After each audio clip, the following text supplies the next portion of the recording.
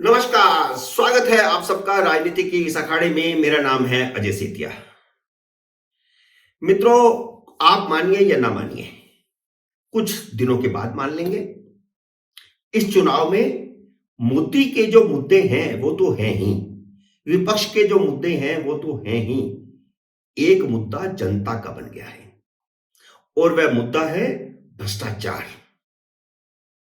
ED ने पिछले 2-3 साल में जो कार्रवाई की है, उसने जनता के बीच भ्रष्टाचार को बड़ा मुद्दा बना दिया है और विपक्ष इसीलिए इकट्ठा हुआ है। आप देखिए, इंडिया अलायंस की जितनी मीटिंगें हुई, उन मीटिंगों में यह बात बार बार उठाई गई कि मोदी सरकार ईडी और सीबीआई का उनके खिलाफ इस्तेमाल कर रही है, दुरुपयोग कर रही है। हालांकि सच यह है कि ईडी और सीबीआई, ये दोनों एजेंसियां जिस काम के लिए बनाई गई हैं, वे वही काम कर रही हैं। आपने सत्ता में रहते हुए भ्रष्टाचार किया, सत्ता का दुरुपयोग किया, तो अब मोदी ने खुला छोड़ दिया है इन दोनों एजेंसियों को कि आप पकड़िए उन लोगों को जिन्होंने पिछले 5 साल, 10, 15, 20 साल में भ्रष्टाचार किया है। अब आप पकड़े जा रहे हैं, आपके घरों में, आपके ठिकानों में, आपके रिश्तेदारों के यहां, आपके मित्रों के यहां पर नोटों के भंडार मिल रहे हैं और मोदी कुछ छुपा थोड़े रहे हैं। वे तो ताल ठोक करके कह रहे हैं कि आपने जो काली कमाई की है उसे मुंह में हाथ डालकर निकाल लूंगा। और निकालेगा कौन? यही दोनों एजेंसियां, सीबीआई और ईडी, ये बनाई ही इसलिए की है। और अब यह एक बड़ा मुद्दा है मोदी के सामने, भारतीय जनता पार्टी के सामने। भले ही श्री राम जन्मभूमि बड़ा मुद्दा है, 370 का हटाया जाना बड़ा मुद्दा है, देश का आर्थिक विकास बड़ा मुद्दा है, सामाजिक विकास बड़ा मुद्दा है, इंफ्रास्ट्रक्चर का जो विकास पिछले 10 सालों में हुआ वह बड़ा मुद्दा है। और राष्ट्रपति के अभिभाषण पर दोनों सदनों में जवाब देते हुए मोदी ने अपने वे सब मुद्दे तो गिनाए ही, अगले 5 सालों में वह क्या करने जा रहे हैं वह भी उन्होंने उस मंच का इस्तेमाल करते हुए बता दिया, अपना चुनावी एजेंडा भी। लेकिन मैंने जो शुरू में कहा कि भ्रष्टाचार एक बड़ा मुद्दा बनने जा रहा है। आपको याद होगा कि ममता सरकार के मंत्री पार्थ चटर्जी के घर पर, उनके रिश्तेदारों के घर पर, उनकी गर्लफ्रेंड के घर पर नोटों के भंडार मिले, पहाड़ मिले नोटों के। वह जनता के सामने पेश हुए और उससे पहले जितना ममता बनर्जी चिल्लाती थी कि ईडी और सीबीआई का दुरुपयोग हो रहा है, सीबीआई कहीं उनके यहां, उनके मंत्री के यहां या उनके सांसद के यहां या उनके नेता के यहां छापा मारती थी, तो वह जाकर के वहां धरने पर बैठ जाती थी। लेकिन जब से पार्थ चटर्जी के यहां करोड़ों रुपया मिला, तब से उनकी आवाज थोड़ा धीमी हो गई है। हालांकि उनका खुद का भतीजा भी ये नौकरी, पैसे के बदले में नौकरी देने वाले धंधे में आरोपी हैं। सीबीआई ईडी उनकी भी जांच कर रही है, पूछताछ कर रही है। लेकिन ममता की आवाज में वह दम नहीं रहा ईडी और सीबीआई के खिलाफ जैसा पहले था। लेकिन अरविंद केजरीवाल और हेमंत सोरेन ने यह राग अलापना बंद नहीं किया है, बावजूद इसके कि हेमंत सोरेन की गिरफ्तारी हो गई है। और अरविंद केजरीवाल आज 1.5 साल बाद भी कह रहे हैं कि दिल्ली में कोई शराब घोटाला हुआ ही नहीं, जबकि तब के आबकारी मंत्री और केजरीवाल के उप मुख्यमंत्री मनीष सिसोदिया आज लगभग 1 साल हो गया जेल में है, उनकी जमानत नहीं हो रही। कौन सी अदालत नहीं छोड़ी जमानत की याचिका दाखिल करने के लिए? सुप्रीम कोर्ट तक ने जमानत नहीं दी। बार बार प्रयास हुए, कितनी बार याचिकाएं दी गई, पता नहीं वकीलों का पैसा कौन दे रहा है।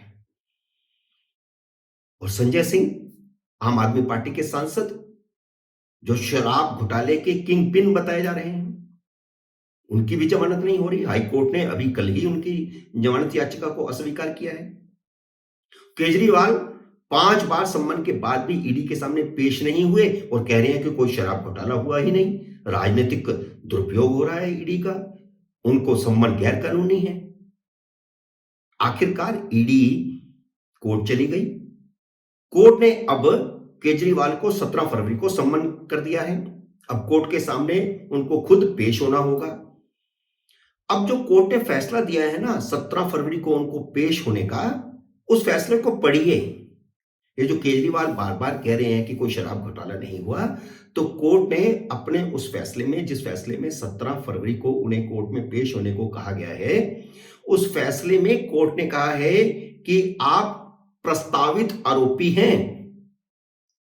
शराब घोटाले के प्रस्तावित आरोपी अरविंद केजरीवाल बन चुके हैं, कोर्ट ने अपने फैसले में लिखा है। ये जो बार बार अरविंद केजरीवाल कह रहे थे कि आप मुझे बताइए कि मुझे किस नाते बुलाया जा रहा है, सम्मान किस नाते दिया जा रहा है, इसमें आपने लिखा ही नहीं। मैं गवाह हूं या मैं आरोपी हूं, और मुझे किस मामले में बुलाया जा रहा है? तो कोर्ट ने बता दिया है कि आपको किस मामले में बुलाया जा रहा है, क्यों बुलाया जा रहा है। क्लियर हो गया अब कि आपको सम्मन क्यों भेज रही है ईडी। और ईडी प्रारंभिक पूछताछ के बाद आपको आरोपी बनाएगी। आपके खिलाफ कुछ प्रमाण हैं, उस पर पूछताछ की जानी है। वही प्रमाण अगर आप सही जवाब नहीं दे पाते हैं तो आप गिरफ्तार कर लिए जाएंगे। और दूसरी तरफ आप देखिए, गिरफ्तार हो जाने के बावजूद झारखंड के पूर्व मुख्यमंत्री हेमंत सोरेन कह रहे हैं कि उन्होंने कोई भ्रष्टाचार नहीं किया, जबकि उनकी गिरफ्तारी के बाद जमीन घोटाला तो छोड़िए, अफसरों की ट्रांसफर पोस्टिंग के धंधे के राज भी खुल गए हैं। ईडी जब दोबारा गई कोर्ट में उनकी जांच के पूछताछ के लिए, रिमांड की अवधि बढ़ाने के लिए, तो कोर्ट ने अफसरों की ट्रांसफर पोस्टिंग के धंधे के बारे में भी कुछ सबूत दिए हैं। इसलिए कोर्ट ने 5 दिन का उनका रिमांड बढ़ा दिया।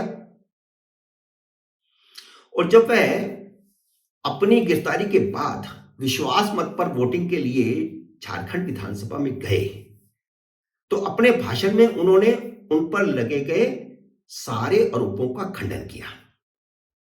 तब तक मोटे तौर पर 3 आरोप लग रहे थे उस समय, जो अखबारों में आ रहा था। पहला आरोप तो यह था कि उन्होंने 8.5 एकड़ जमीन गलत तरीके से अपने नाम करवाई है या बेनामी ली है।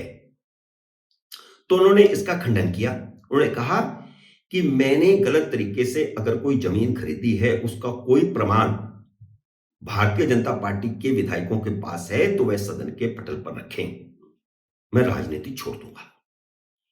बड़ी चुनौती दी है उन्होंने भाजपा को।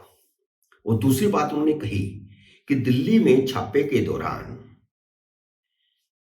29 जनवरी को उनके घर पर जो BMW पकड़ी गई, बरामद हुई, वह उनकी नहीं है। तीसरी बात उन्होंने कही कि जो 36 लाख रुपया कैश पकड़े जाने की बात कही गई है, वह कोई पकड़ा नहीं गया है और उनका कोई पैसा नहीं है। तो 3 बातें उन्होंने सदन के पटल पर कही हैं। अब इन बातों पर कोई विश्वास क्यों ना करे, क्योंकि उन्होंने यह बात विधानसभा में कही है। तीनों बातें उन्होंने कहा गलत है, जो ईडी कह रही है, जो भाजपा वाले कह रहे हैं, या जो मीडिया कह रहा है। लेकिन इसमें पेच यहीं पर है कि हेमंत सोरेन अपने पिता शिबू सोरेन की तरह अनपढ़ नहीं है, जिन्होंने नरसिम्हा राव सरकार बचाने के लिए ली गई 36 लाख रुपए की रिश्वत अपने बैंक खाते में जमा करवा दी थी।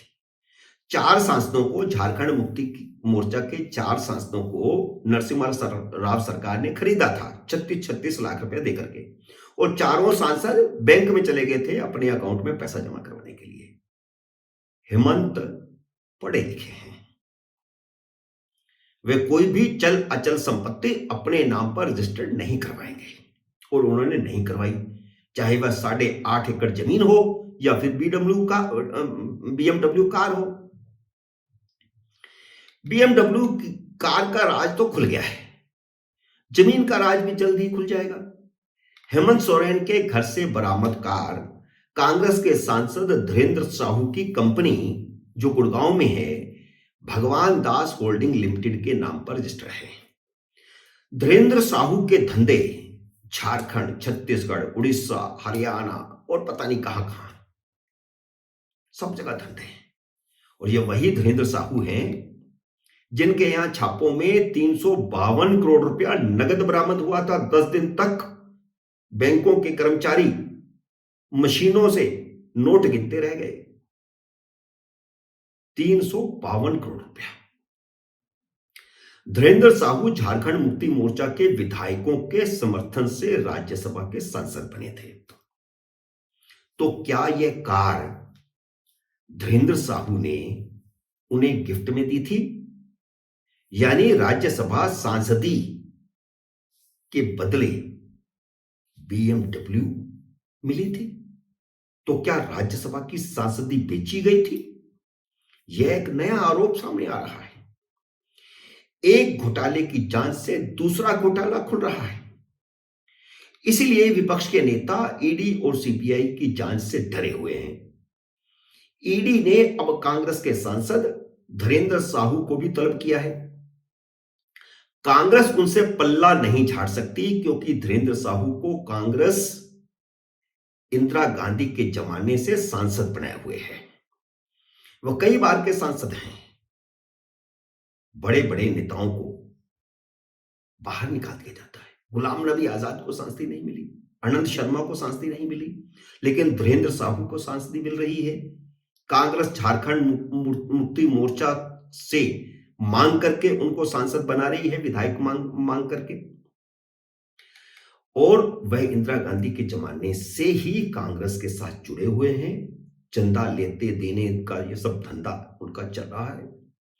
और इंदिरा गांधी जब झारखंड में जाती थी तो धीरेन्द्र साहू के घर पर ठहरती थी। अब इससे बड़ा और सबूत क्या है कि भ्रष्टाचार कहां से कहां तक फैला हुआ है। मित्रों, उम्मीद है मेरा ये वीडियो आपको पसंद आया होगा। इसे लाइक और शेयर कीजिए। अगर आपने मेरे YouTube चैनल को सब्सक्राइब नहीं किया तो कृपया सब्सक्राइब करके आशीर्वाद दीजिए। जल्द ही मिलते हैं अगले वीडियो में किसी अन्य विषय के साथ।